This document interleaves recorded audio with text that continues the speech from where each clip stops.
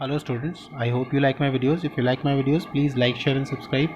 Students, आज हम ISC maths class 11 chapter functions continue कर रहे हैं एक्सरसाइज 2C से. तो क्वेश्चन नंबर 4 देखते हैं. Fourth is the range and the domain of function f x equals to 3/x+1 are subset of set A and B. A और B ये दो सेट दे रखे हैं. हमको list the element of the function as ordered pair. हमको ordered pair लिखना है फंक्शंस के ऑर्डर्ड पेयर. ठीक है, जो ये फंक्शन है हमारे पास 3/x+1. हमको करना क्या है, हमको x की वैल्यू सेट ए में से यहाँ पर सब्सटीट्यूट करनी है और उसके कॉरस्पॉन्डिंग हमारे पास b की वैल्यूज़ आनी चाहिए. तो वो एक ऑर्डर्ड पेयर बन जाएगा. वही हमको ऑर्डर्ड पेयर लिखना है. तो देखिए, फर्स्ट हमने क्या किया, x की वैल्यू 1/2 ली, -1/2, और ये यहाँ सब्सटीट्यूट किया फंक्शन में.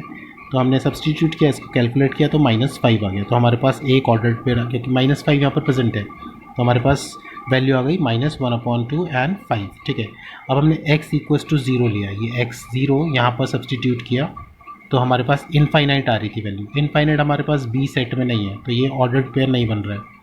अब हमने x की वैल्यू 2/3 ली सेट a में से और इसको यहाँ पर सब्सटीट्यूट किया x की जगह. तो जब हमने इसको सिंप्लीफाई किया तो वैल्यू आ रही थी 5/1/2. तो 5/1/2 यहाँ पर प्रेजेंट है वैल्यू. तो हमारे पास 2/3 5/1/2 ये एक ऑर्डर्ड पेयर बन गया. सिमिलरली हमने क्या करना है, 6/7 यहाँ पर सब्सटीट्यूट करना है फंक्शन पे. तो इसकी वैल्यू आ रही है, इसको सिंप्लीफाई करके 4/1/2. तो ये भी एक ऑर्डर्ड पेयर हो गया. नेक्स्ट वैल्यू 1 सब्सटीट्यूट करेंगे. तो देखिए, हमने 1 सब्सटीट्यूट किया तो उससे आंसर आ रहा है 4 बी सेट में वैल्यू प्रेजेंट नहीं है, इसलिए ऑर्डर्ड पेयर हमारे पास केवल ये 3 हो जाएंगे. ठीक है, क्वेश्चन नंबर 5 देखते हैं. विच of the 4 statement given below is different from each other. तो देखिए, सारे स्टेटमेंट एक ही है, ये सब का मीनिंग एक ही है. ठीक है, फंक्शन को हम इन सब चीज़ों से रिप्रेजेंट कर सकते हैं. तो they all are same. Question number 8 है हमारे पास. x is greater than 3. जब x की वैल्यू ग्रेटर देन 3 होगी तो हमको फंक्शन चूज़ करना है 3x - 2. और जब x की वैल्यू -2 और 2 के बीच में लाई कर रही है तो हमको फंक्शन चूज़ करना है x² - 2. हमको फाइंड करनी है वैल्यू f0 + f4 की. अब देखो, जब हम f0 लेंगे मतलब कि x की जगह 0 सब्सटीट्यूट करते हैं तो फंक्शन कौन सा आएगा, तो फंक्शन लेंगे हम ये वाला. ठीक है, क्योंकि जब 0 रखेंगे यहाँ पर तो ये फंक्शन आएगा ना, क्योंकि -2 और 2 के बीच में लाई कर रहा है 0. ठीक है, तो हमने फंक्शन चूज़ किया ये. तो x इक्वल्स टू 0 जब था तो हमने फंक्शन चूज़ किया x² - 2.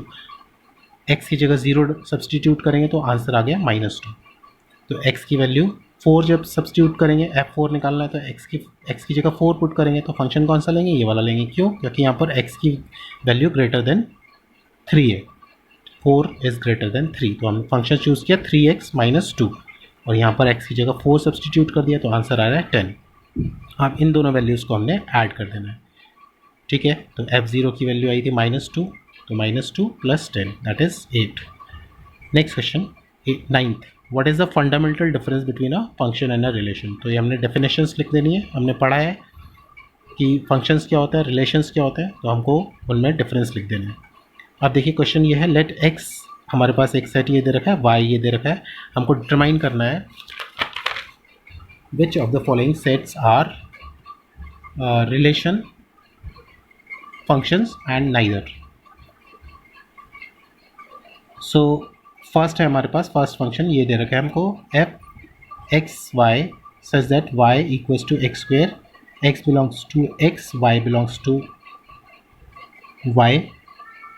सो सी, अगर हम वैल्यू सब्सटीट्यूट करें, जैसे हमको x की वैल्यूज़ दे रखी थी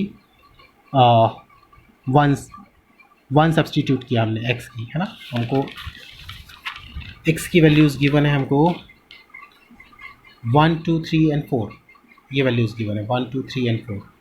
सो जब हम x की जगह पर 1 सब्सटीट्यूट करेंगे यहाँ पर तो हमारे पास करस्पॉन्डिंगली y की वैल्यूज़ आ जाएंगी. तो 1 1 3 रखा तो 9 आ गया, 4 रखा तो 16 आ गया.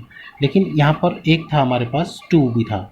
ठीक है, तो 2 से तो कोई वैल्यूज़ नहीं है यहाँ पर, क्योंकि अगर हम यहाँ 2 रखते हैं सपोज़ तो 4 आना चाहिए, जबकि 4 y में प्रेजेंट ही नहीं है.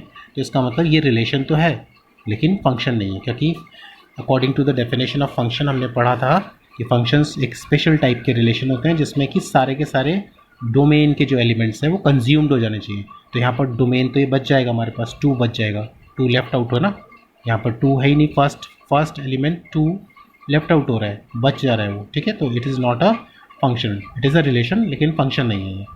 सेकेंड 1 1 2 11 3 1 4 15, तो ये एक फंक्शन है, ठीक है, क्योंकि इसमें देखो फर्स्ट एलिमेंट सबका डिफरेंट है ना। सेकेंड वाले एलिमेंट्स के लिए जो जो कोडोमेन होता है उसमें तो एलिमेंट लेफ्ट आउट हो सकता है, लेकिन फर्स्ट जो कंपोनेंट होता है उसके सारे एलिमेंट्स प्रेजेंट होने चाहिए और सबकी डिफरेंट इमेज होनी चाहिए। तो यहाँ पर 1 2 3 4 ऑल आर प्रेजेंट, ठीक है, तो it is a function F3। अब देखिए यहाँ पर ये 1 5 2 9 3 1 4 5 एंड 2 11 ये ऑर्डर्ड पेयर दे रखे थे। 1 2 3 4 सारे एलिमेंट्स आ गए फर्स्ट कंपोनेंट, है ना, लेकिन 2 9 और 2 11 ये जो ऑर्डर्ड पेयर है इन दोनों में फर्स्ट एलिमेंट सेम है।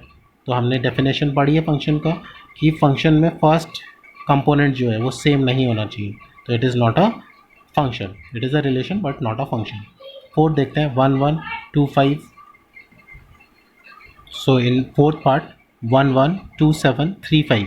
अब देखो इसमें जो 2 7 है ये वाला जो आ रहा है 7 बी जो वाई सेट है, वाई के जो एलिमेंट्स है उसमें 7 है ही नहीं, तो ये तो ऑर्डर्ड पेयर को मतलब इसका जो कार्टेशियन प्रोडक्ट है x इंटू वाई अगर हम वो करें तो ये सबसेट है ही नहीं x क्रॉस वाई का, तो इसलिए ना तो ये रिलेशन है ना ही ये फंक्शन है। So it is neither relation nor function. I hope you understand, thank you.